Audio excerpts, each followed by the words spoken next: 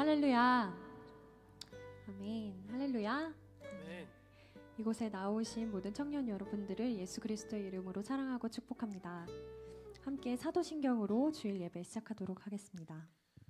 전능하사 천지를 만드신 하나님 아버지를 내가 믿사오며 그 외아들 우리 주 예수 그리스도를 믿사오니 이는 성령으로 잉태하사 동정녀 마리아에게 나시고 본디오 빌라도에게 고난을 받으사 십자가에 못 박혀 죽으시고 장사한 지 사흘 만에 죽은 자 가운데서 다시 살아나시며 하늘에 오르사 전능하신 하나님 우편에 앉아 계시다가 저리로서 산자와 죽은 자를 심판하러 오시리라. 성령을 믿사오며 거룩한 공회와 성도가 서로 교통하는 것과 죄를 사하여 주시는 것과 몸이 다시 사는 것과 영원히 사는 것을 믿사옵나이다. 아멘.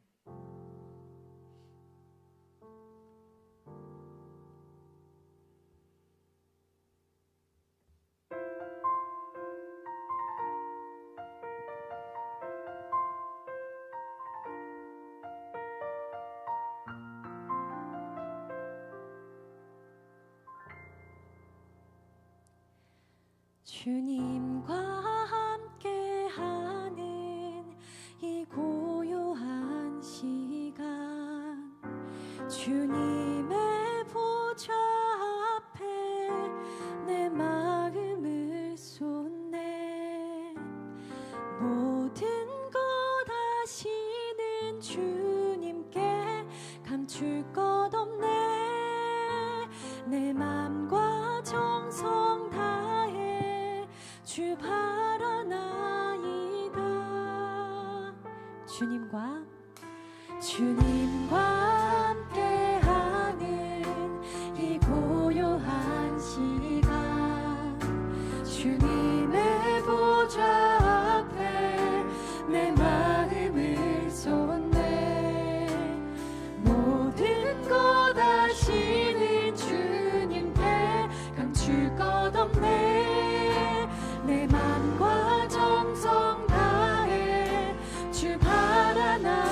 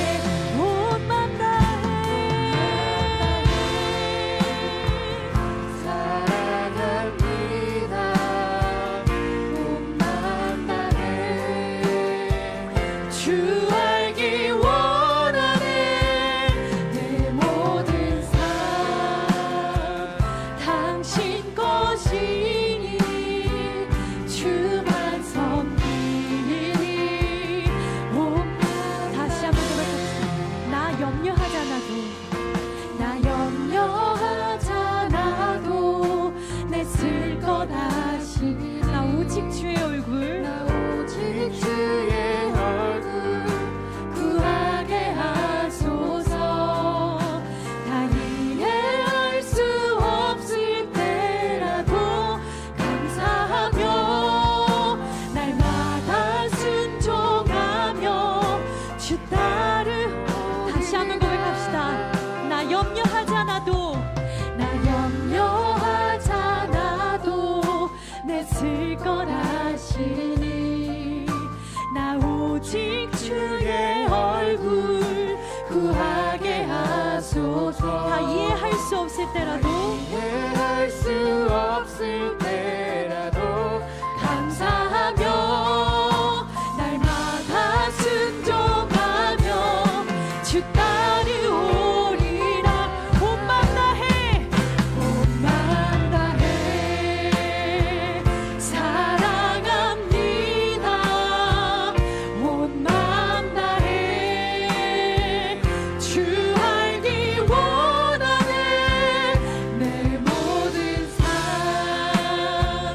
당신 것이니 주만 섬기리. 오, 다시 한번 고백합시다. 온 맘 다해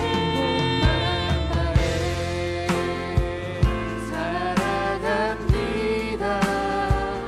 온 맘 다해 주 알기 원하네. 내 모든 삶 당신 것이니 주만 섬기리. 온 맘 다해, 온 맘 다해 사랑합니다. 온 맘 다해 주 알기 원하네. 내 모든 삶 당신 것이니 주만 섬기니 온 맘 다해.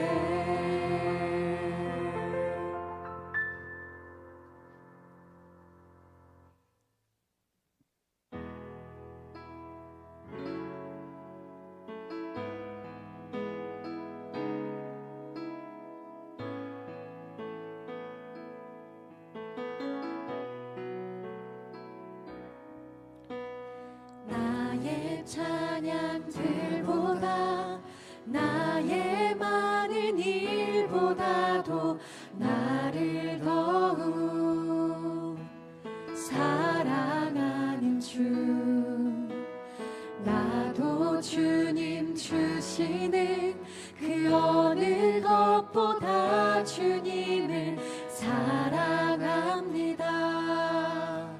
사랑합니다. 주님이 주실 축복보다, 주님이 주실 천국보다, 주님의 기름 부음보다, 주님이 주실 능력보다 주를 더욱 사랑해요. 주를 더욱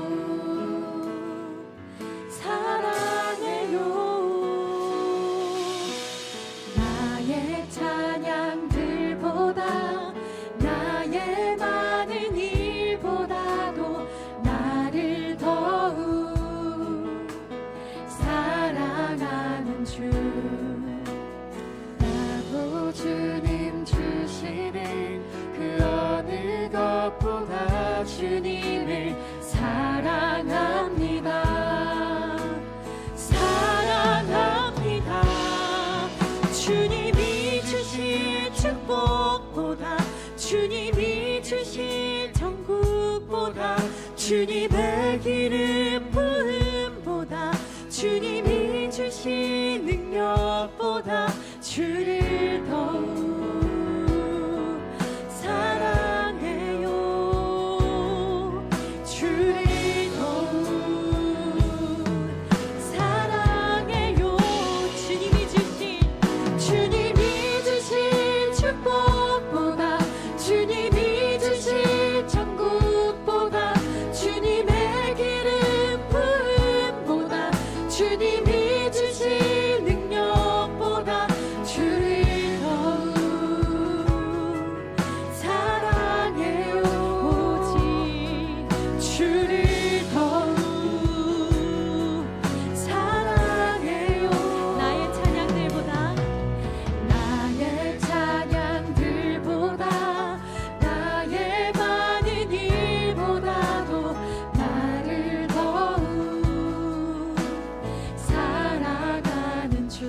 나도 주님 주시는 나도 주님 주시는 그 어느 것보다 주님을 사랑합니다. 사랑합니다. 주님이 주실 축복보다 주님이 주실 천국보다 주님의 기름 부음보다 주님이 주실 능력보다 주를 더욱 사랑해요. 오직 주를 더욱 사랑해요. 천사들의 노래들보다 더욱 아름다운 노래로 나의 사랑하는 주님을 기쁘게 해드리길 원해. 천사들의 노래들보다 더욱 아름다운 노래로 나의 사랑하는 주님을 기쁘게 해드리길 원해. 할렐루야 할렐루야 할렐루야. 마지막으로 고백합시다. 주님이 주신 축복보다 주님이 주신 축복보다 주님이 주신 천국보다 주님의 기름 부음보다 주님이 주신 능력 주님이 주신 축복보다 주님이 주신 천국보다 주님의 기름 부음보다 주님이 주신 능력보다 주를 더욱 사랑해요. 주를 더욱 사랑해요. 나의 찬양들보다 나의 많은 일보다도 나를 더욱 사랑하는 주. 나도 주님 주시는 그 어느 것보다 주님을 사랑합니다. 사랑합니다. 할렐루야 할렐루야 할렐루야 할렐루야. 아멘. 우리 함께 일어나서 찬양합시다.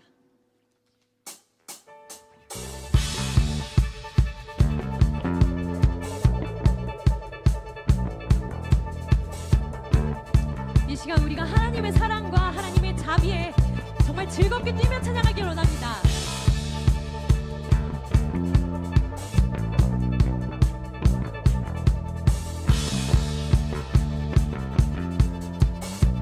함께 고백합시다. 주자비 춤추게 하네. 모든 것 다 찬양해. 춤을 추며 주자비 감사해. 주영광 외치게 하네. 온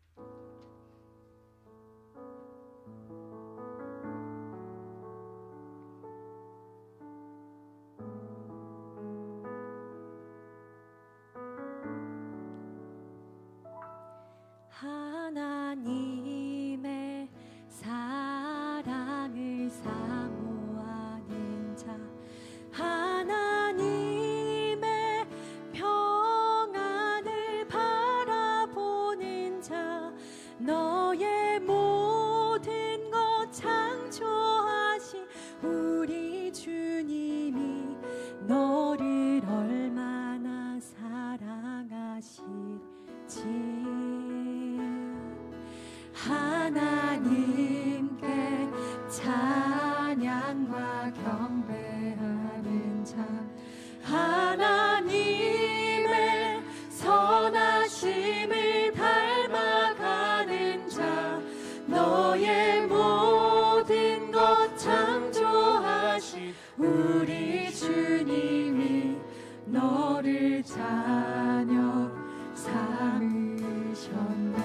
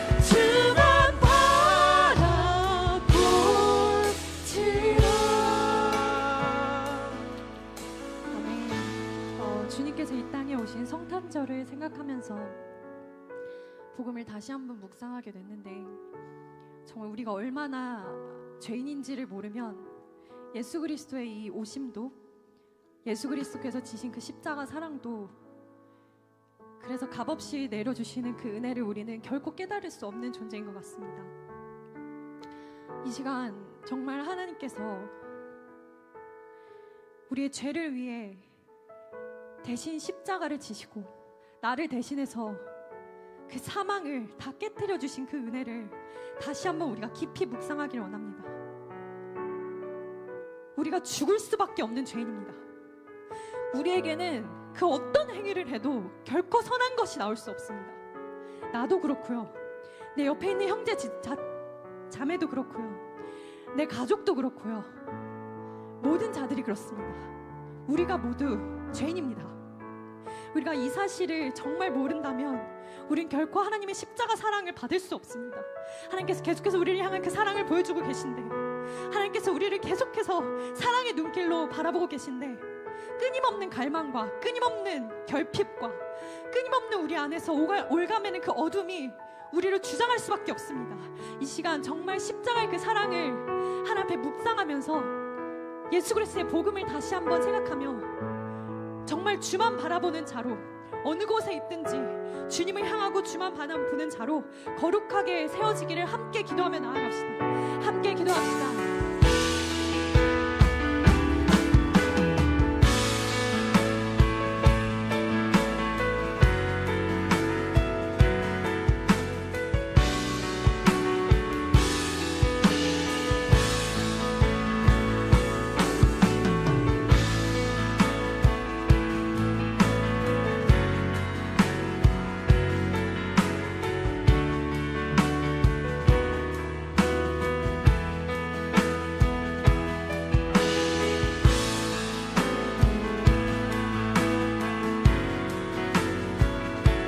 주님께서 우리를 사랑하십니다. 주님께서 우리의 모든 필요를 이미 채우셨습니다. 주님께서 우리를 사망을 이기고 승리하실 만큼 유일하신 독생자 예수 그리스도를 보내서 우리의 모든 죄를 대속할 만큼 사랑하십니다. 무엇이 우리를 두려워하게 할 수 있겠습니까? 무엇이 우리를 불안하게 할 수 있겠습니까? 이 모든 속박에서 하나님의 복음을 받아들일 자들 되게 하십시오. 다시 거룩히 일어나기 원합니다. 넘어져도 다시 일어나기 원합니다.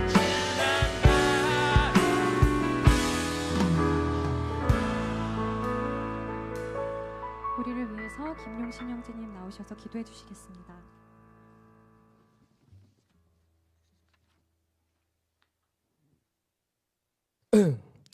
기도하겠습니다.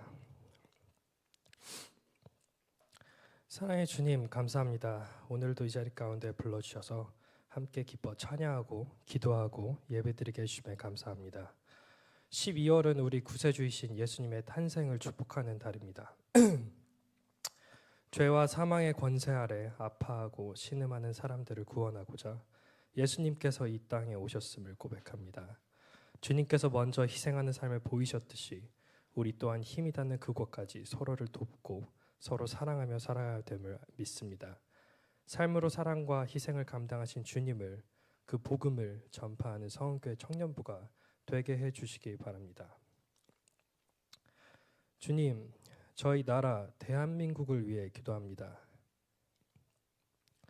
비상계엄으로 생긴 경제적, 외교적 문제는 누적되고 있습니다. 좌파와 우파로 첨예하게 대립하고 자신의 장점보다는 상대방의 단점으로 깎아내리는 정치를 하는 지도자들의 모습은 국가 전체의 혼란을 가져오고 있습니다. 복음의 능력으로, 주님의 능력으로, 분열이 하나됨으로, 증오가 화해로, 침체가 성장으로 변하는 나라를 소망합니다.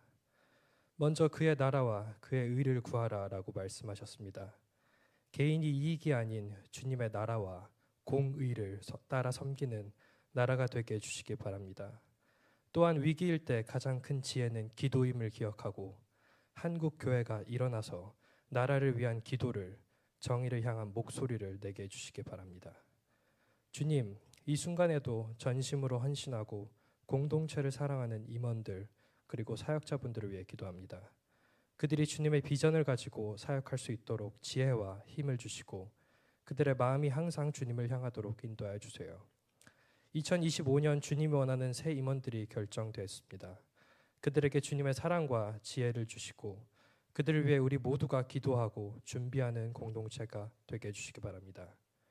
말씀을 듣는 시간입니다.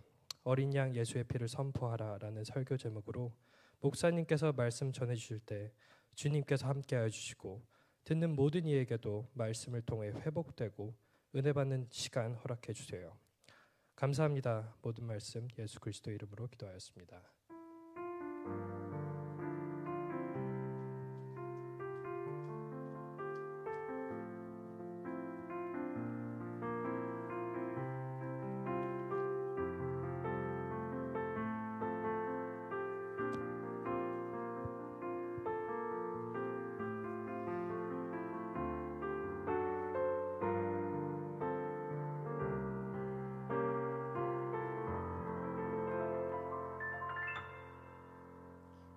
오늘 우리에게 주신 하나님 말씀은 요한계시록 16장 15절 말씀입니다. 보라 내가 도적같이 오리니 누구든지 깨어 자기 옷을 지켜 벌거벗고 다니지 아니하며 자기의 부끄러움을 보이지 아니하는 자가 복이 있도다. 이 말씀은 살아계신 하나님의 말씀입니다. 아멘.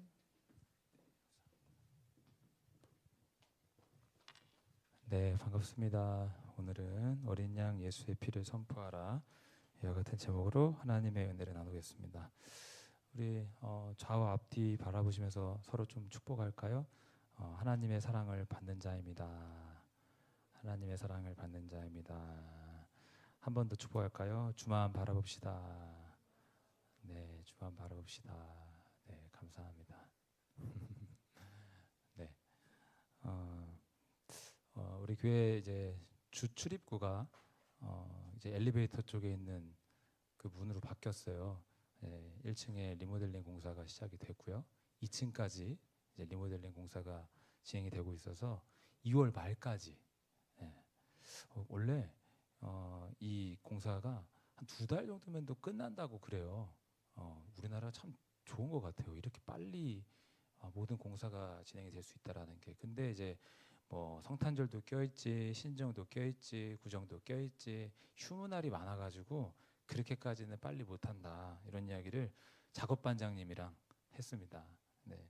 한 주 동안 어떻게 지내셨는지 저도 월요일부터 시작된 이 리모델링 공사 때문에 먼지 뒤집어 쓰고 한 주 동안 이렇게 보냈는데 목요일날 쉬었어요. 목요일날. 그러면서 이제 새벽 방송하고 집에 들어갔더니 이제 8시 반까지 소아과로 가야 된대요. 저희 아내가 접종을 하러 가야 된대요. 그래서 한숨도 못 자고 가서 이제 아이 접종하고 그날은 이제 아빠 노릇을 조금 했습니다. 남편 노릇을 좀 했는데 목요일 밤에 부부 관계 된 이제 이혼 숙녀 캠프 뭐 그런 이제 예능 프로그램이 있어요. 그래서 그거를 좀 봤는데 이혼을 하냐 마냐 뭐 이런 이야기들이 있어요. 근데 우연히 이렇게 보다가 저희 아내랑 이렇게 아이들 다 재우고 나서 이제 육퇴한다 그러잖아요. 육아 퇴근한다 그러잖아요. 그래서 이제 잠깐 이제 팥빙수 먹으면서 그걸 좀 봤는데 한 이제 변호사가 문제를 내요. 법률 상식이라고 하면서 폭행죄에 대한 건데요. 상추를 던졌는데 누군가에게 막 크게 아플 것까지도 않은 그 상추를 던졌는데 상대가 맞지도 않고 땅에 떨어졌다. 폭행죄일까? 어떻게 생각하세요? 법에 대해 잘 아시는 분들. 네, 폭행죄 성립이 될 수 있대요. 네, 네. 상추입니다. 볼펜도 아니에요. 상추에다가 상대가 맞지도 않고 땅에 떨어졌는데 뭐 설명은 제가 구구절절 안 하더라도 어쨌든 우리가 상해죄는 이제 신체적 손상과 훼손이 있어야 하지만 폭행죄는 신체 접촉이 없어도 성립이 될 수 있대요. 그래서 예를 들어서 물건을 던지는 것 맞지 않아도 또 뭐 벽을 친다든지 이런 위협적인 행동을 했을 때 그게 이제 폭행죄가 성립이 될 수 있는 거예요. 여러분 물건 함부로 던지지 마세요. 네, 아무튼 우리가 서로 사랑해야 될 줄로 믿는데요. 알고 보면은 참 흥미로운 법률 지식들이 상식들이 참 많이 있어요. 그러면서 법률 용어 중에 고소가 있습니다. 고소. 예, 뭐죠? 고소하겠다. 피해를 입었다고 수사기관에 신고를 해서 법적인 처벌을 받게 하려고 하는 거. 그게 이제 고소잖아요. 이게 또 고발이랑 또 달라요. 그런데 고소와 조금 비슷한 말로 법률 용어는 아닌데 참소하다 이런 말이 있어요. 고소하다, 참소하다 좀 비슷한 말 같고 어떤 특정 행위를 지적하는 것, 문제 삼는 것이 공통점이 있지만 참소하다라는 것은 어떤 특정인을 해치기 위한 악의적인 목적이 있다라고 하는 거예요. 그러니까 고소하다 이것은 피해자가 법적 문제 해결을 위해서 합리적으로 문제를 해결하는 행위라고 한다면 참소한다 이거는 뭐냐면 상대를 해칠 악의적인 목적으로 부정적인 목적으로 거짓을 막 퍼뜨린다거나 음해하는 것 이런 걸 이야기한다라 그래요. 제가 이런 이야기를 한 이유가 뭐냐면요. 요한계시록 성경에 보니까 용이라고 표현된 그 악한 마귀 사단이 있는데 이 사단의 정체가 뭐냐 할 때 참소하는 자, 참소하는 자 이렇게 기록이 되어 있다라는 거예요. 악의적으로 모함하고 거짓말로 꾸며가지고 다른 사람들을 짓누르고 괴롭히는 그런 존재라는 거죠. 요한계시록 12장 10절 한번 볼까요? 같이 읽어보겠습니다.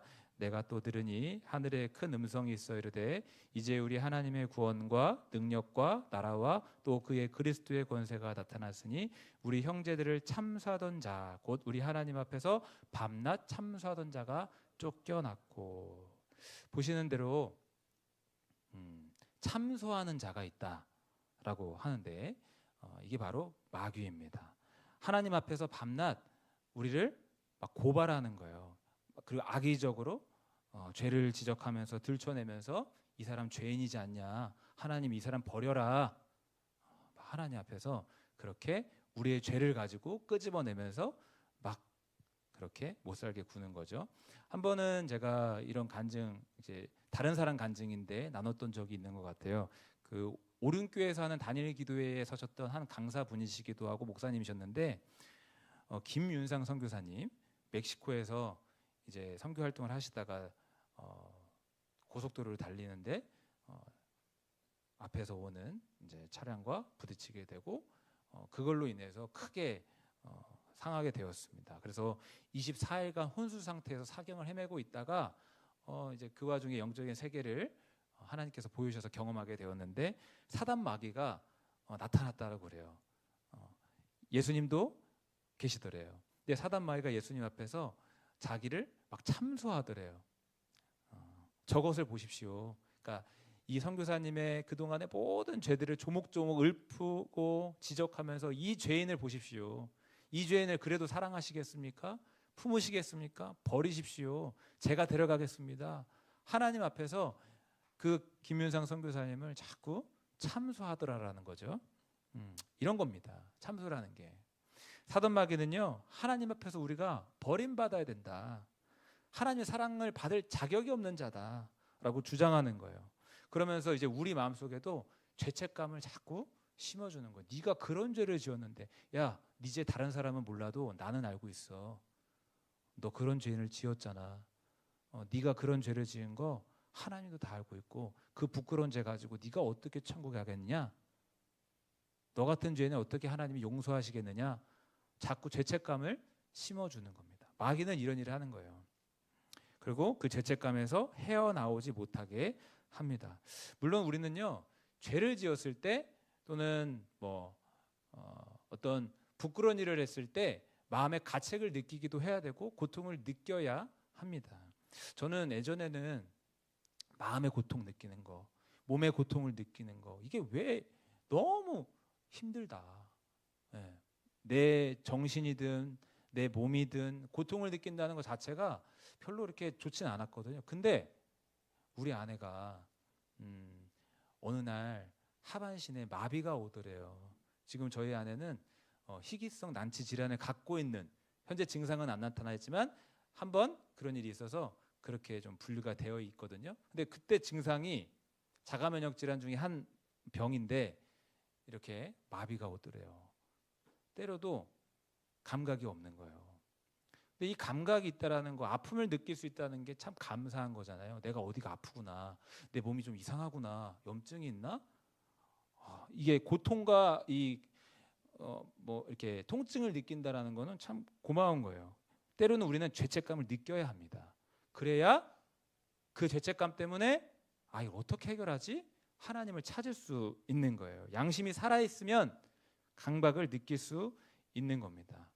그런데 이 마귀는 자꾸 그 죄책감 속에 우리를 파묻어 두고 거기서 못 나오게 하는 거예요. 네가 용서받을 수 있을 것 같아? 우리가 아픔을 느끼면서 이걸 어떻게 해결하지? 하나님이면 해결할 수 있어. 이 믿음을 가지고 하나님 앞으로 나오면 되는데 하나님을 못 믿게 하고 너를 하나님이 용서하실 리가 없어.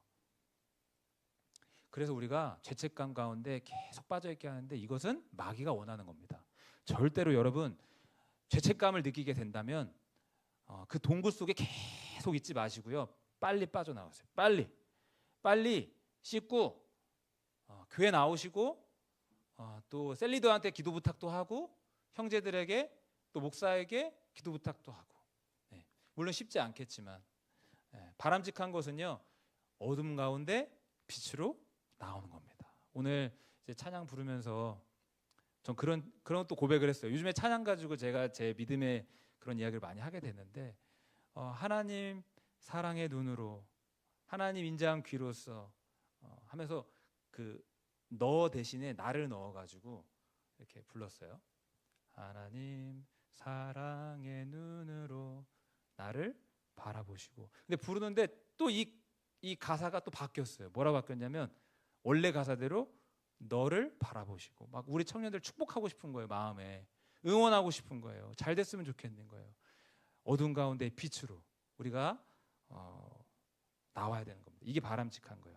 10절을 다시 보시면은요. 이 악한 마귀가 우리를 괴롭히는 이 악한 마귀가 쫓겨났다라는 구절이 나오는데요. 어떻게 쫓겨났을까요? 10절에 보니까 그리스도의 권세가 나타났으니 예수님이 오심으로 예수님의 능력이 우리 가운데 오심으로 우리가 악한 마귀를 이길 수 있게 되었다. 여러분 예수님은 우리의 승리자가 되시는 줄로 믿습니다. 예수님은 우리의 구원자가 되시는 줄로 믿습니다. 우리는 예수님으로 인해 마귀를 이길 수 있는 줄로 믿습니다. 생각해 보면요, 마귀가 언제 힘을 얻을까요? 여러분 싸움 많이 하셨나요? 요즘에? 싸움을 할 때 뭐 부부 관계에서 남녀 사이에 친구끼리 어떻게 하면은 조금 이길 수 있을까요? 다른 사람의 잘못과 죄를 책잡고 막 흔들면 되는 거예요. 이길 수 있는 거예요. 죄를 가지고 무기 삼아서 막 끌고 갈 수 있는 거예요. 너 그랬잖아. 그래서 막 말리다면은 어떻게 해요? 10년 전에 잘못. 너 3년 전에, 너 5년 전에, 10년 전에 나한테 이렇게 했잖아. 이번 주에 제가 소아과를 갔다 그랬잖아요. 갔는데 저희 아내가 갑자기 막 접수하면서 에? 이러는 반응을 보이는 거예요. 그래서 제가 대체 뭔 일인데 왜 그래? 그랬더니 오늘이 아니래 이러는 거예요. 근데 제가 순간에 잘됐다. 잘됐다 너. 그래가지고 너 오늘 나한테 잘못하면 이거 끄집어 내가지고 내가 참소하겠다. 정말 못됐어요. 왜냐면 당한 게 많아가지고 제가 오늘은 쉽게 휴무를 보낼 수 있겠다. 아침부터 내가 잠 한숨도 못 자고 4시 반에 일어나가지고 방송하고 내가 피곤해 죽겠는데 좋다. 이기려고 그럴 때 누군가의 잘못을 책잡고 그걸로 흔들면 되는 거예요. 마찬가지로 마귀가 우리를 짓누를 때, 참소할 때 죄를 가지고 그렇게 하는 거예요. 근데 예수님의 오심으로 달라졌습니다. 무슨 말이냐면 우리의 붉은 죄, 우리의 그 더러운 추악한 죄 예수님이 다 짊어지시고 그분이 대신에 우리 모두를 대표하여 죄 없으신 하나님의 아들이 십자가에서 죄값을 다 갚아 놓으셨다라는 거예요. 아무 죄가 없는 그분이 십자가에 달려 놓으셔서 살을 찢기고 피를 흘리셨습니다. 아무 죄가 없는 그분이. 이 십자가에서 하나님의 아들이 죽는 죽음은 오래전부터 하나님께서 예정해 놓으신 구원의 방법이에요. 그가 찔리면 너희들이 용서받을 거야. 그가 상하면 너희들이 용서받을 수 있어. 하나님께서, 예수님이 십자가에서 피를 흘리시면 그렇게 우리가 예수님 안에서 예수님의 피 흘리심 때문에 죄 용서를 받을 수 있게 되는 거예요. 여러분, 우리는 예수님 안에서 예수님이 흘리신 그 피의 공로 때문에 하나님 안에서 죄 사함 받고 하나님의 은혜를 얻고 하나님의 자녀가 되고 하나님의 아들이 되고 하나님의 딸이 되는 줄로 믿습니다. 예. 그래서 이제는 우리가 예수님 안에 있을 때 악한 마귀가 더 이상 정죄할 수 없는 거예요. 참수할 수가 없는 거예요. 나는 이제 하나님 보실 때 의로운 자가 되었기 때문에 더 이상 죄인이 아니라 내 모든 죄값은 다 청산되었어요. 자, 그런데요, 중요한 게 하나 더 있어요.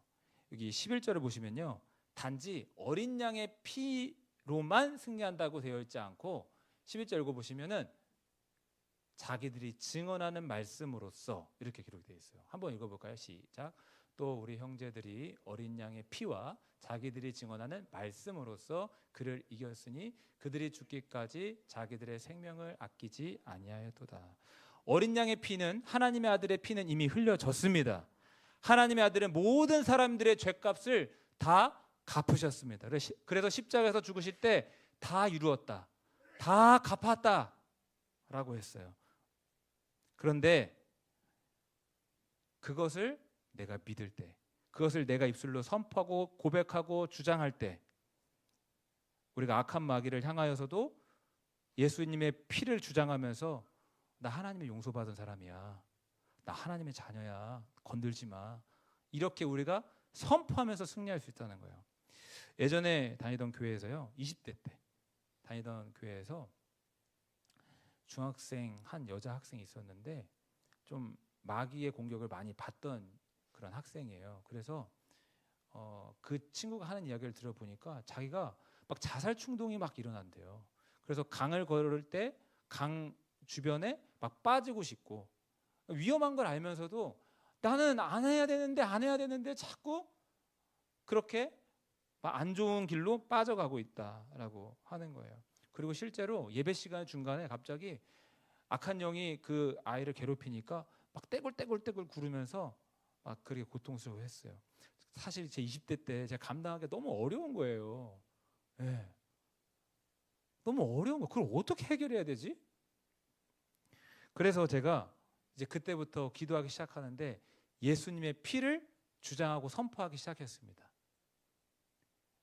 더러운 사단아, 이 아이는 네가 건들 수 있는 사람이 아니야. 하나님의 딸이야.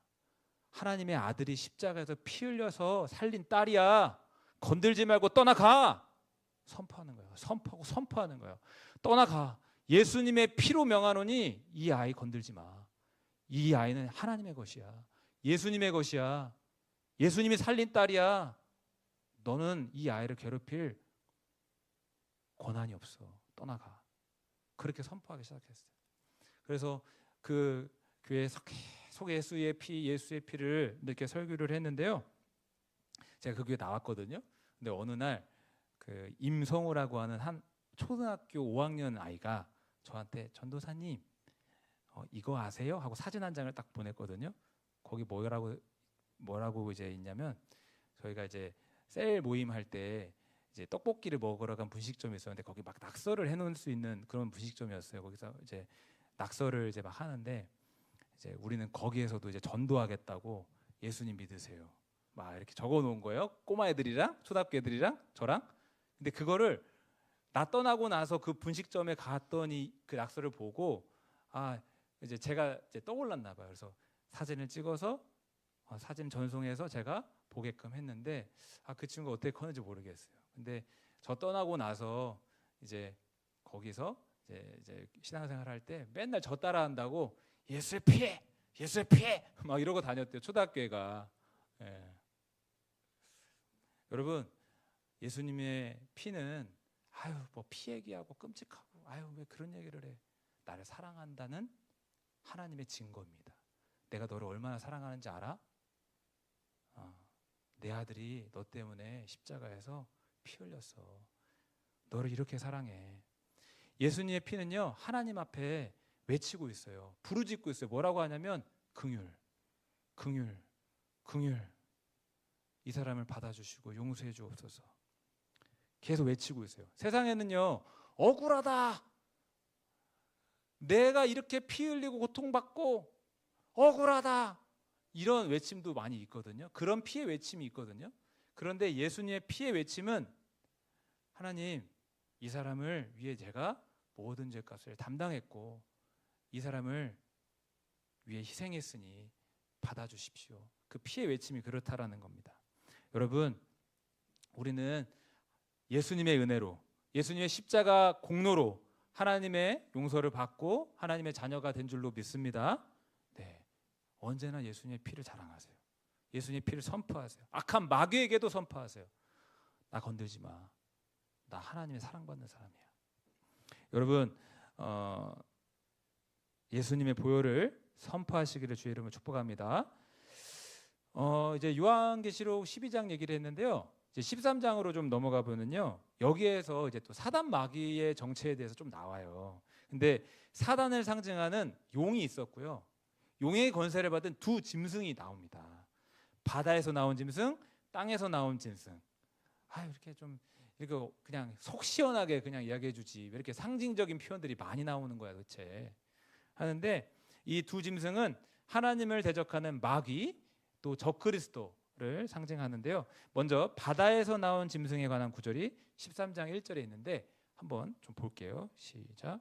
내가 보니 바다에서 한 짐승이 나오는데 뿔이 열이요 머리가 일곱이라. 그 뿔에는 열 왕관이 있고 그 머리들에는 신성모독하는 이름들이 있더라. 그 바다에서 나온 짐승에 대한 기록을 보니까 신성모독하는 이름이 있다. 마귀를 가리키는 겁니다. 그런데 이제 3절을 보시면요, 그 바다에서 나온 짐승에 대해서 죽게 되었던 상처가 나음에 이런 구절이 있어요. 여기 인용 구절로 옮겨놓지는 않았는데 3절 보시면 죽게 되었던 상처가 나았다. 뭔가 조금 이 표현을 보면은 뭔가 부활했다? 다시 살았다? 뭐 이런 느낌이 들어요. 그러면서 사단 마귀가 마치 예수님을 따라하는 것 같은 그런 느낌이 들어요. 그런데 그 느낌이 틀리지 않아요. 땅에서 나온 짐승을 또 묘사하는 구절을 한번 볼게요. 11절 한번 보겠습니다. 시작. 내가 보매 또 다른 짐승이 땅에서 올라오니 어린 양같이 두 뿔이 있고 용처럼 말을 하더라. 용처럼 말을 하는, 실제로는 마귀인데 모습을 보니까 어린 양같이. 여러분 좀 이해가 되시나요? 마귀는요, 나 마귀다 하는 모습을 갖고 있는 게 아니라 어린 양과 같은 모습을 갖고 있고 예수님과 같은 모습을 갖고 있고 예수님이 하는 것처럼 하고 있다라는 겁니다. 여러분, 이게 우리에게 시사하는 바가 뭐냐면요, 마귀는 감히 그리스도를 모방한다라는 겁니다. 달리 말하면 자기의 정체를 가리고요, 진리인 양 행세한다라는 겁니다. 즉 천사처럼 행세한다라는 겁니다. 여러분, 어떤 두 사람이 있어요. 우리 두 사람, 소라, 시라를 예를 들어볼까요? 시라 어디 있어요? 오고 있어요. 네. 소라, 시라 닮은 듯 닮았지만 닮았습니다. 근데 같은 사람일까요? 전혀 아니잖아요. 뭐 도플갱어가 있다라고 하고 그 도플갱어를 내가 만났으면 뭐 죽는다, 뭐 이런 썰도 있고, 닮았지만 엄연히 다른 사람이죠. 소라는 떡볶이 좋아하고, 우리 일원동에서 만났어요. 산책하고 있는데 소라가 떡볶이 집에 있는 거예요. 그래서 야, 사줄게 야, 더 먹어 하는데 뭐 한 5,000원어치인가 먹은 거예요. 그 5,000원어치만 사주세요. 그래서 저 더 먹지. 근데 나중에 들어봤어요. 사실은 더 먹는데, 평소엔 이거보다 더 먹는데 그것만큼 사달라고 하기는 좀 그래가지고 그랬다고. 맞죠? 네. 네. 시라는 뭐 좋아해요? 떡볶이 좋아해요? 네. 이렇게 취향이 같아요. 네. 예전에 그런 것도 있었어요. 이렇게 어플 같은 걸로 해가지고 내 얼굴 딱 찍어서 하면은 연예인과 몇 프로 닮았는지, 나 90% 나오는 연예인이 있을 수 있죠. 뭐 현빈 진짜 용서를 해주세요. 주의 사랑으로. 예. 뭐 아무튼 엄연히 다르잖아요. 나는 현빈이 아니에요. 예. 악한 마귀가 천사처럼 마치 그리스도처럼 어린 양처럼 행세하고 예수님의 부활하시는 그런 놀라운 능력을 나타내는 것처럼 보여도 완전히 다른 거예요. 마귀가 어떻게 자기를 가장합니까? 빛의 천사처럼 그리스도처럼. 그래서 실제로 각종 기적들을 일으킵니다. 성경 곳곳에서는요, 마귀들도 기적을 일으킬 수 있다. 그러면서 예수님께서 경고하신 것이 여기 있다 저기 있다, 내가 저기 있다 여기 있다 하는 그런 많은 이야기들이 있겠지만, 여기서도 기적이 일어나고 저기서도 기적이 일어나겠지만 그것들에 미혹당하지 마라. 여러분, 기적이 있는 곳에 진리가 있다라고 착각하면 안 됩니다. 분명한 것은 기적이 진리의 기준이 되면 안 된다라는 거예요. 근데 여기서 좀 의아할 수가 있어요. 예수님도 수많은 기적을 일으켰는데 병을 고치고 귀신을 내쫓고 못 먹는 사람들 먹이고 앉은 병이들 일으키고 보지 못하는 사람 보게 하고 수많은 기적을 일으키신 분이 기적이 진리의 기준이 되면 안 된다, 진리의 시금석이 되면 안 된다, 이렇게 말씀하신 게 대체 이해가 안 되는 거예요. 예수님도 기적을 통해서 하나님의 나라가 어떤 곳인지, 하나님의 영광이 어떤 것인지를 보여주셨으면서 기적을 따라가지 말아라. 네. 왜 그렇게 말씀하셨을까? 여러분, 우리가 생각하기를 기적의 목적이 뭔지를 알아야 됩니다. 예수님께서 기적을 보였던 그 목적, 그걸 알아야 되는데, 누가복음 12장 13절에 이렇게 기록이 되어 있어요. 혹시 준비가 됐나요?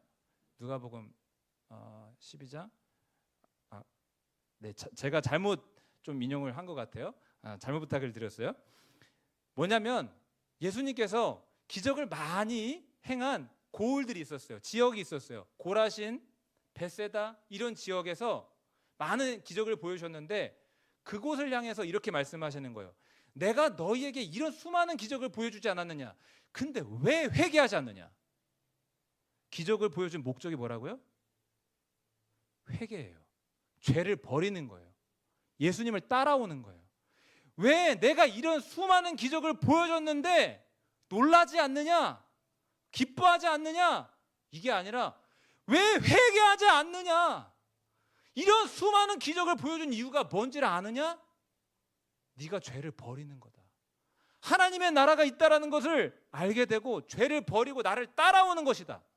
이게 기적의 목적입니다. 기적의 목적은 그거예요. 그런데 사단이 주는 기적은 그냥 우리의 눈을 사로잡고 우리의 귀를 사로잡아가면서 기적을 일으킨 그 사람에게 집중하게 하고, 기적을 일으켜서 돈을 벌고, 기적을 일으켜서 자기의 부와 명예를 쌓아가고, 그건 다 틀렸다. 여러분, 기적이 예수 그리스도를 향하여 있지 않다면, 기적이 내 죄를 버리고 회개하는 데 초점이 맞춰져 있지 않다면 그 기적을 폐기해도 돼요. 아무리 대단한 기적이라도, 하늘에서 불이 떨어지는 기적이라도 그게 예수 그리스도를 향하고 있지 않다면, 나를 거룩하게 만드는데 초점이 맞춰져 있지 않다면 그거는 폐기해야 돼요. 여러분, 세상에는요 진리 있냐 행세하는 게 너무 많아요. 제가 재밌게 본 영화가 캐치 미 이프 유 캔. 디카프리오가 나와가지고 그러니까 세계의 위조 지폐범을 이제 실화로 바탕으로 한 그 영화가 지금 막 떠오르는데, 위조 지폐 정말 그럴싸하거든요. 그래 나중에는 FBI에서 그 디카프리오 세계의 위조 지폐범을 고용을 해가지고 위조 지폐와 진짜 지폐를 분별하는 그 작업을 했다라고 이렇게 마지막 엔딩 장면에서 딱 올라가더라고요. 어려운 거예요. 근데 우리가 무엇에 초점을 맞추고 있으면 분별할 수 있어요? 진짜 지폐의 특징이 뭔지를 알고 있으면 위조는 다 분별해낼 수 있는 거예요.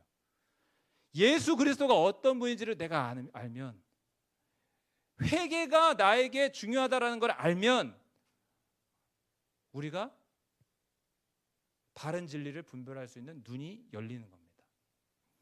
여러분, 기적은 진리를 가늠하는 기준이 아닙니다. 사단이 주는 기적 많이 있을 수 있고, 심지어 예수님이 주셨던 기적이지만 그것을 이용해서 내 부와 명예와 나를 높이는 데 사용하는 사람들일 수 있지만 그걸 따라가서는 안 돼요. 오직 예수 그리스도. 기적이 안 나타나도 돼요. 네, 오직 예수 그리스도.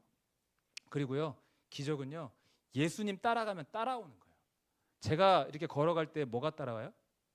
그림자가 따라오잖아요. 나를 어렸을 때 그러고 많이 놀았던 것 같아요.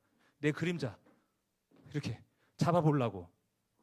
나만 따라다녀. 나만 따라다녀. 얘 뭐야? 어렸을 때. 기적은요, 예수님 따라가다 보면 그냥 따라오는 거예요. 네. 여러분, 내 삶에 기적이 원하십니까? 내 삶에 어떤 하나님의 비전이 성취되기 원하십니까? 예수. 그분만 따라가면 다 따라오는 거예요. 부도 따라오는 거고 성강도 따라오는 거고 다 따라오는 거예요. 그걸 쫓아가면은 예수님을 잃어버리지만 예수님을 따라가다 보면 기적도 성공도 때로는 그거 없어도 예수님을 얻잖아요. 우리 영웅이 벌써 앉았는데 사실 너무 이거 큰일이다. 이거 나 오늘 몇 분에 시작했지? 큰일이다.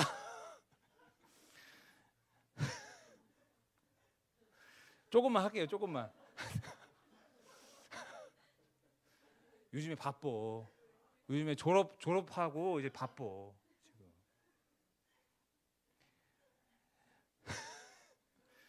10분 안에 끝내야 되는데. 요한계시록 보니까요, 말도 많고 탈도 많은 숫자 666이 나와요. 666. 이거 들어보셨죠? 다 들어보셨을 거예요. 종말로 나면 빠지지 않는 거예요. 13장 17절, 18절인데요. 한번 읽어보겠습니다. 시작. 누구든지 이 표를 가진 자 외에는 매매를 못하게 하니 이 표는 곧 짐승의 이름이나 그 이름의 수라. 지혜가 여기 있으니 총명한 자는 그 짐승의 수를 세어보라. 그것은 사람의 수니 그의 수는 666이니라. 땅에서 올라온 짐승이 있었다라고 했는데 그가 모든 사람들에게 오른손에 이마에 666이라는 짐승의 표를 받게 한다라고 하는데요. 이 표를 받은 것은 짐승을 따르는 자, 마귀를 따르는 자들을 가리키는 거예요. 고대 사회에서는요, 노예에게 손과 이마 이런 몸에 인두로 불로 지져가지고 주인의 이름에 이니셜을 새겨놓는다든지 뭐 칼로 새겨서 문신으로 새겨서 얘는 내 거야. 노예를 그렇게 했다라고 하죠.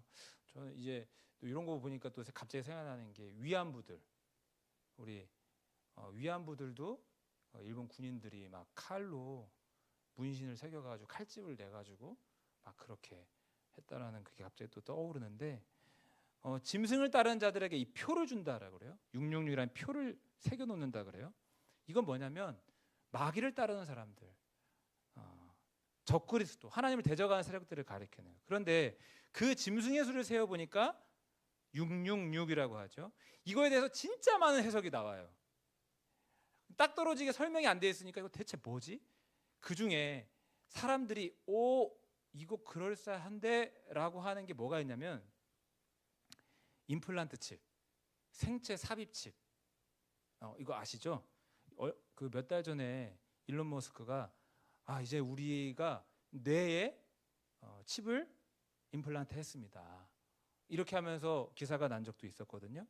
근데 거부감이 드시죠? 그런데 사실 이게 일론 머스크가 유일하게 몇 달 전에 이렇게 해낸 게 아니고요. 오래 전부터 그렇게 했어요. 그래서 이게 보편화된 나라 중에 하나인 스웨덴 같은 경우에는요, 진짜 여기다가 그런 뉴스 봤어요. 유튜브에서도 봤어요.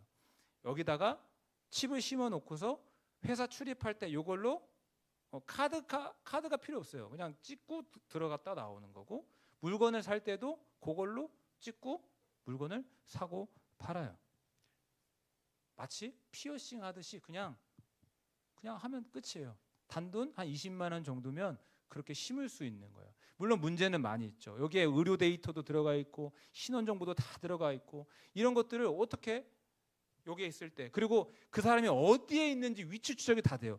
핸드폰은 그냥 어디다가 두고 그냥 내가 어디로 돌아다니면은 내가 실제로 어디 있는지 모르겠지만 몸에다가 심어 놓으면은 그래서 막 엄청 큰 통제 사회가 될 것이다. 지금도 이미 중국 같은 경우에는 그렇게 되어 있지만 그렇게 해석하는 경우도 있어. 성경에는 또 매매할 수 없게 된다. 이 표를 받지 못하면. 그래서 이거 생체 삽입칩을 받으면 우리는 지옥 가는구나. 이렇게 생각을 합니다. 또 다른 해석 중에 게마트리아 방식이 있다. 이렇게 이야기해요. 게마트리아? 굉장히 생소하죠. 이게 뭐냐면요. 헬라어, 히브리어 이런 알파벳에 숫자 기능이 있는 거예요. 알파 1, 베타 2, 델타 3, 감마 4, 뭐 맞나요?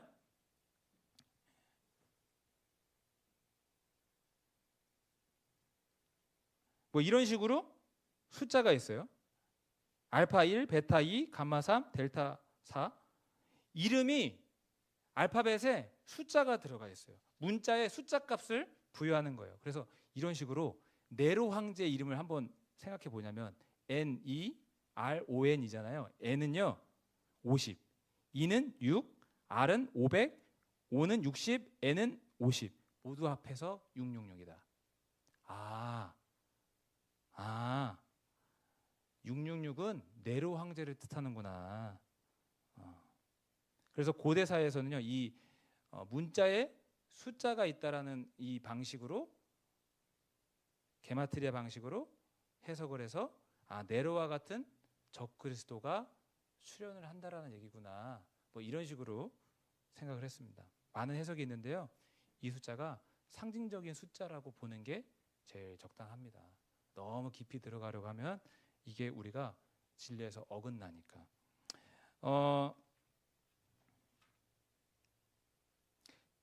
너무 길어질 것 같아가지고요. 근데 요것만 얘기하고 마칠게요. 악한 세력 마귀 또 적그리스도가 666을 상징한다고 하면 우리 하나님의 백성들은 어떤 숫자로 상징된다라고 이야기를 했죠? 7장에서 나왔는데 14만 4천 이렇게 이야기가 나왔었는데요. 이 14장에는요, 이 14만 4천 명의 성도들의 승리가 나옵니다. 14장 1절 한번 보겠습니다. 같이 읽어봅니다. 시작. 또 내가 보니 보라 어린 양이 시온산에 섰고 그와 함께 14만 4천이 서 있는데 그들의 이마에는 어린 양의 이름과 그 아버지의 이름을 쓴 것이 있도다. 14만 4천의 거룩한 하나님의 백성들이 어린 양의 이름을 받았어요. 예수님의 이름을 받았어요. 예수님의 것이라는 이야기입니다. 그런데 누구와 이 14만 4천이 누구와 시온산에 서 있다? 어린 양과 승리자이신 예수님과 함께 시온산에 서 있는 겁니다. 우리는요, 예수님과 함께 승리하는 자인 줄로 믿습니다. 예수님의 승리가 내게 전가되고 나는 예수님의 승리를 취할 수 있다라는 사실입니다. 마무리하면서요, 오늘 이제 예수님의 승리를 우리가 한번 묵상해봤으면 좋겠어요. 예수님의 승리를 보여주는 구절들이요, 계속 14장 나옵니다. 예수님 머리에는 금 면류관이 있고, 면류관을 쓴 자는 왕을 뜻하고 통치자를 뜻하고 임금을 뜻하고 승리를 뜻하고, 이 예수님께서 우리의 승리자가 되십니다. 사망과 죽음의 권세를 이기셨고 우리가 그분을 의지할 때 악한 마귀를 이길 수 있는 거예요. 오늘 우리가 어린 양의 피를 선포하라 라고 했는데 하나님 아들 예수 그리스도의 피는 승리 공식입니다. 여러분, 예수님의 피를 그냥 내 마음속에도 믿지만 선포하세요. 악한 마귀에게도 하늘과 땅을 향하여 예수님의 피를 선포하세요. 악한 마귀야, 나는 예수님의 피 흘리심으로 산 자야. 예수님이 날 위해서 이렇게 생명을 내어주셨어. 나는 하나님의 사랑받는 사람이야. 너는 더 이상 내게서 어떤 것도 주장할 수 없어. 예수님의 보혈을 의지할 때에 우리가 승리할 줄로 믿습니다. 함께 찬양하겠습니다. 우리 죄에서 자유를 얻게 함은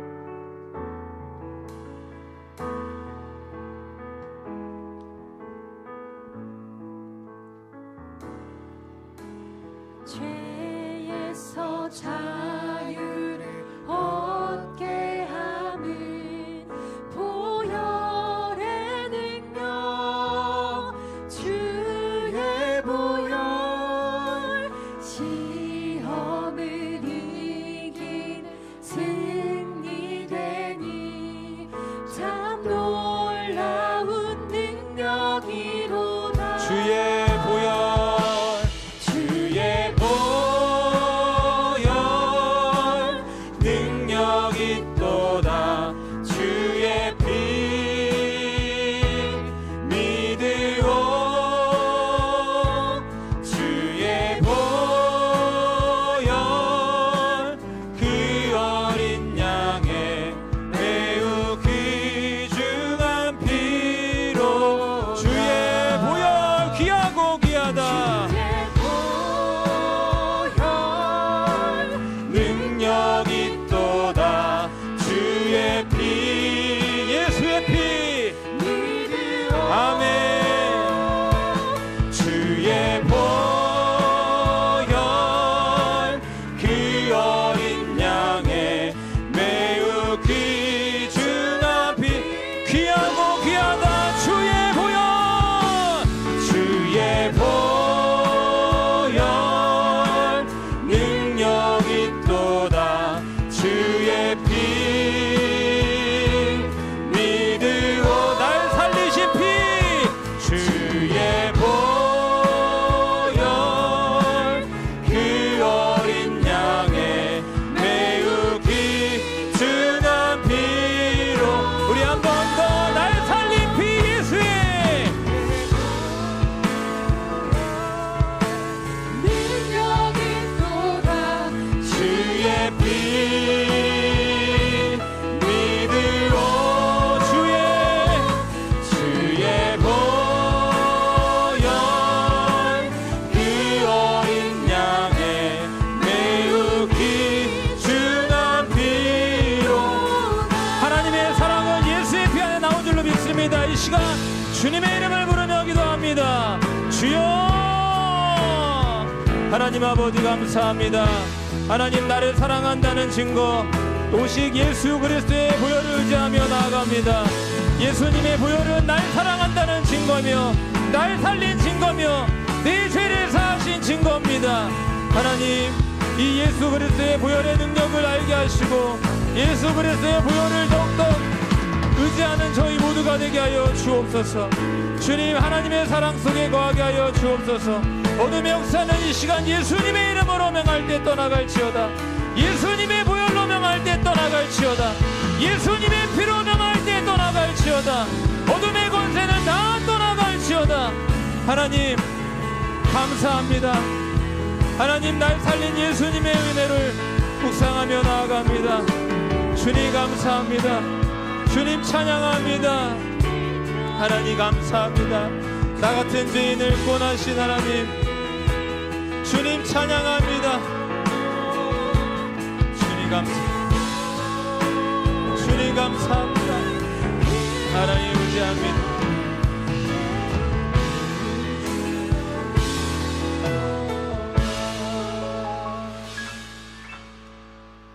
하나님 아버지 예수님 안에서 모든 죄의 용서를 받고 예수님이 흘리신 그 귀한 보배 피의 은혜로 우리가 하나님의 자녀가 되었습니다. 예수님의 피를 주장하며 악한 마귀의 참수를 물리치고 승리하게 하여 주옵소서. 감사드리며 살아계신 예수님의 이름으로 기도합니다. 아멘. 다 함께 자리에서 일어나셔서 봉헌 찬송 드리시겠습니다.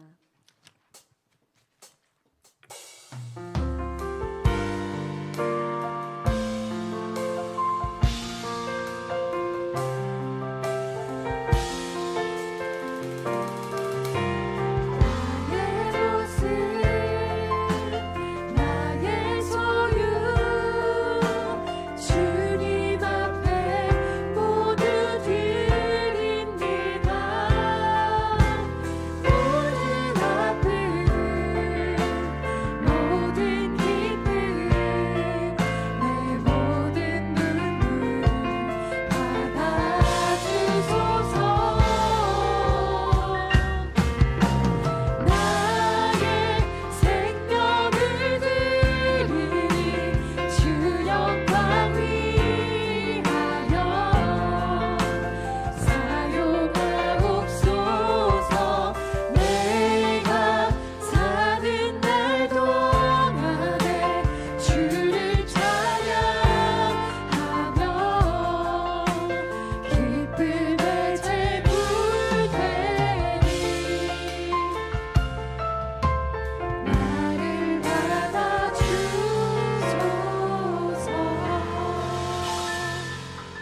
가슴에 손을 얹고 기도하겠습니다.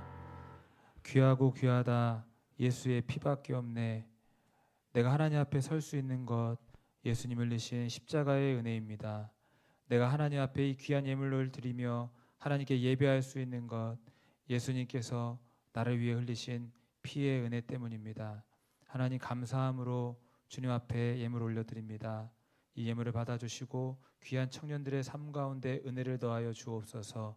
나의 모든 것이 하나님께 있음을 고백한 이 예물의 기도 속에 응답하시고 주의 사랑으로 축복하옵느니 우리 청년들 마음속에 주님의 보혈이 덮이게 하여 주시고 악한 사단 마귀에게 당하지 않게 하시고 하나님의 사랑으로 넉넉히 세상도 이기게 하여 주시고 하는 일마다 형통하게 하여 주시고 몸과 마음이 항상 건강할 수 있게 하여 주옵소서. 이 시간 예수 그리스도의 보배로운 피의 능력으로 선포함나니 우리 청년들을 괴롭히는 원수들은 당장 이 시간 떠나갈지어다. 마귀의 권세는 다 사라질지어다. 몸과 마음을 억누르고 짓누르는 모든 질병들도 떠나갈지어다. 하나님 회복시키시고 복의 복을 더해 주실 줄 믿고 감사를 드립니다. 주 예수 그리스도의 크신 은혜와 하나님 아버지의 거룩하신 사랑과 성령님의 인도 교통하심이 이곳에 모여 하나님의 은혜를 찬양하며 나아가는 모든 청년들 위해 영원토록 함께 있기를 축원하옵나이다.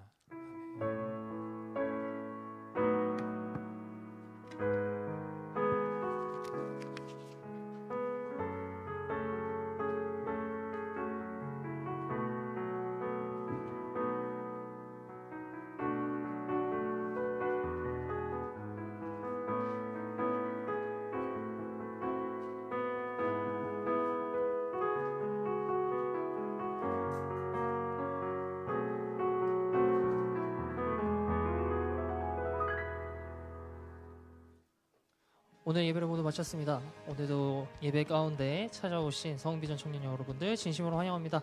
앞뒤 좌우에 계신 분들께 인사할까요? 샬롬. 오늘도 예배에 오신 여러분들 진심으로 환영합니다.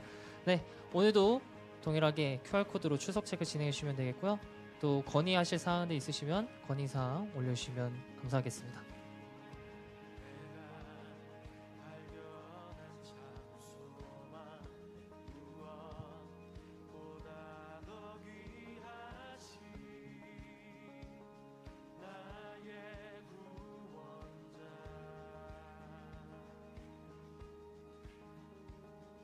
네, 오늘 또 광고가 좀 많은 관계로 바로 다음 광고 넘겨주시면 되겠습니다. 네, 다음 주 임사자입니다. 기도의 주세현 자매님, 또 성경봉독의 고평기 형제님, PPT의 김장현 형제님, 주부의 김예린 자매님, 봉헌의 이승호 형제님이십니다. 임사자분들께서는 한 번 더 확인해 주시면 감사하겠습니다. 네, 저희 지금도 계속 동아리 개설 가능하게끔 저희가 방법을 올려드리는데 주보에도 저희가 올려놨으니까 동아리 만드시고 싶은 분들은 해당 방법으로 해서 또 목사님께 제출해 주시면 감사하겠습니다. 네, 다음 넘겨주세요. 오늘 리더 교육과 또 성경 공부 관련해서 일정 변경이 있어서 말씀드리는데요. 리더 교육은 오늘 12월 15일 오후 4시에 4층 청년부실에 있습니다. 각 팀별 리더분들께서는 장소랑 또 시간 기억해 주셔서 같이 참여해 주시면 되겠고요. 성경 공부는 이번 달에 있었던 성경 공부는 다음 달 1월 10일로 연기되었습니다. 그래서 1월 10일 오후 4시 4층 예배실에서 있을 예정이니 다들 참고해 주시면 되겠습니다. 그리고 이제 저희 요리 대회가 12월 22일에 있을 예정입니다. 성탄절 찬양축제가 끝나고 지하 식당에서 있을 예정이니까 각 팀별로 각 소그룹별로 저희가 요리 대회를 진행할 거예요. 그래서 오늘 저희가 한 가지 말씀드릴 거는 소그룹별 리더분들께서 메뉴를 오늘까지 선정을 해주셔야 돼요. 그래서 오늘까지 선정해 주시고 소그룹 하반기 리더방에 공유를 해주세요. 그리고 저희가 그 재료비도 지급을 해줄 예정입니다. 각 팀별, 각 소그룹별 리더분들께 저희가 재료비도 드릴 예정이니까 이 재료비를 가지고 12월 22일 전까지 교회 지하 식당 주방에 있는 냉장고에 꼭 넣어주시면 되겠습니다. 제가 나중에 냉장고 위치도 공지방에 올려드릴 예정이니까 리더분들께서는 재료비와 또 해당 시간 날짜 꼭 확인해 주시면 되겠습니다. 다음 넘겨주시면 네. 그리고 성탄절 찬양축제가 12월 22일 날 있습니다. 저희 12월 22일 오후 2시부터 5층 드림성전에서 있을 예정입니다. 그렇다고 예배가 청년부 예배가 없는 게 아니기 때문에 청년 예배가 끝난 이후 오후 2시부터 저희 다 같이 찬양 축제에 참여하고 또 즐기는 시간 가졌으면 좋을 것 같고요. 또 오늘 성탄절 합창 연습이 오후 3시에 있습니다. 지금 장소를 4층 예배실로 되어 있는데 저희가 오늘 마지막 리허설로 5층 본당에서 한번 연습을 해볼 예정이에요. 그래서 오후 3시에 각 소그룹별 리더분들께서는 소그룹원들 다 같이 이끄셔서 5층에서 같이 연습하면 좋을 것 같습니다. 네, 다음 넘겨주세요. 오늘 광고가 많은데 저희 이제 25년 겨울 수련회가 날짜가 잡혔습니다. 날짜와 장소가 잡혔는데요. 날짜는 2월 6일부터 2월 7일 목금토입니다. 그리고 주제는 예수를 깊이 생각하라라는 말씀은 히브리서 3장 1절 말씀입니다. 또 가장 중요한 것도 장소죠. 또 장소는 저희가 2년 전 여름 수련회 때 갔었던 팀수영관입니다. 팀수영관이 위치가 서울 은평구에 있어요. 그래서 교회에서도 1시간 거리이기 때문에 많이 참석하셨으면 좋을 것 같아요. 예배도 그렇고 많은 분들 참여하셔서 또 은혜 받는 시간 가졌으면 좋을 것 같습니다. 네, 다음 넘겨주세요. 네, 그리고 성탄절 연합예배 세례식이 12월 25일 오전 10시 반 5층 드림성전에서 있을 예정입니다. 이때 또 입교하시는 분들께서는 확인해 주셔서 당일날 입교하시는 분들 꼭 참여해 주시면 되겠고요. 그리고 송구영신 예배가 12월 31일 화요일 오후 10시 반 5층 드림성전에서 있을 예정이니 다들 확인해 주시고 장소, 날짜 기억해 주시면 되겠습니다. 그리고 오늘 또 오랜만에 온 친구가 있는데요. 영국에서 온 석준이가 오랜만에 왔어요. 다 같이 좀 오랜만에 인사해 볼까요? 안녕. 석준 오랜만이야. 네, 또 세일이 친구인데 오랜만에 또 와서 같이 또 예배 드렸어요. 네, 오랜만에 만난 분들은 또 반갑게 인사해 주시면 되겠습니다. 네, 광고가 끝나지 않았을까요? 네, 오늘 광고는 여기까지고요. 소그룹별로 틀으셔서 소그룹 진행해 주시면 되겠습니다. 감사합니다.